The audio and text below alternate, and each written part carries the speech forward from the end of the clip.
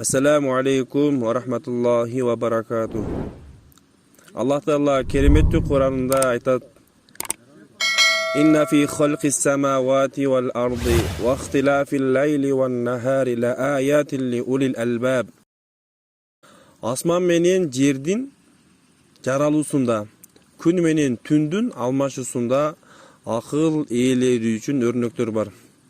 Сиз менен биз карап көрөйлүк. Эрте менен күн чыгат, кечинде кайра күн батат. Бул белги болуп атат, күн өтүп атат дегенге. Бүгүнкү күн болду, эми кайтып келбейт. Кыямат качан келбейт. Сиз өлдүңүз, болду, эч кандай амал кылсаңыз дагы ал амалыңызга сооп берилбейт. Хадисте келет го: "Мен мата факад кама лаху кыяма." Инсан өлдүбү, болду, ага кыямат турдучу. Ошол үчүн бир туугандар, өмүр өтө кыска. Өмүрдө эч ким кала албайт, бул жашоодо баардыгы кетет. Ошол үчүн акыретке көбүрөөк амал кылайлык, акыретти куруп калайлык. Пайгамбар саллаллаху алейхи хадисте айтат го: "Ад-дуня мазратул ахира." Бул жөн акырет негизарычы. Акыретке көп сооптор жумшайлык. Ал жерге барганда бир соопту сиздин атаңыз да бере албайт, апаңыз да бере албайт, эч бир инсан бере албайт алгачы. Себеби деген ар бир инсан ошол күнү өзүнүн түйшүгүнө өзүнө жетиштүү болот да. Алла Таала айтат го: "Ли кулли имрин яума идин ша'ну югни." Ал күнү ар кимдин түйшүгү өзүнө жетиштүү болот да.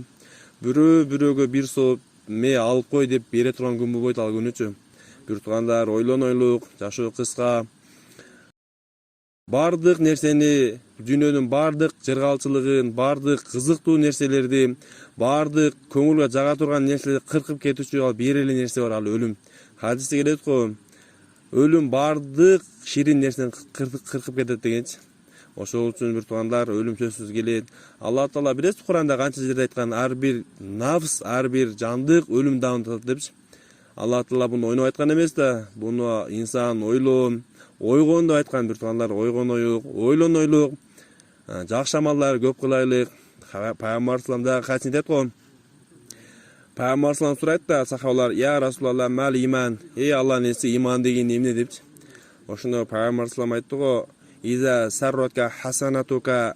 Качан сенин жакшы амалың сени кубандырса, бирөөгө жакшылык кылдыңыз, салам бердиңиз, анын көңүлүн көтөрдүңүз, анын хажетин бүтүрдүңүз, ага барып кызмат кылдыңыз, ошол ойлоп сүйүндүңүз да, мен бүгүн жакшы амал кылдым депчи. Ошол жакшы амал сүйүндүрдү да, сиз момунсуз. Ва иза саату хасаиятука.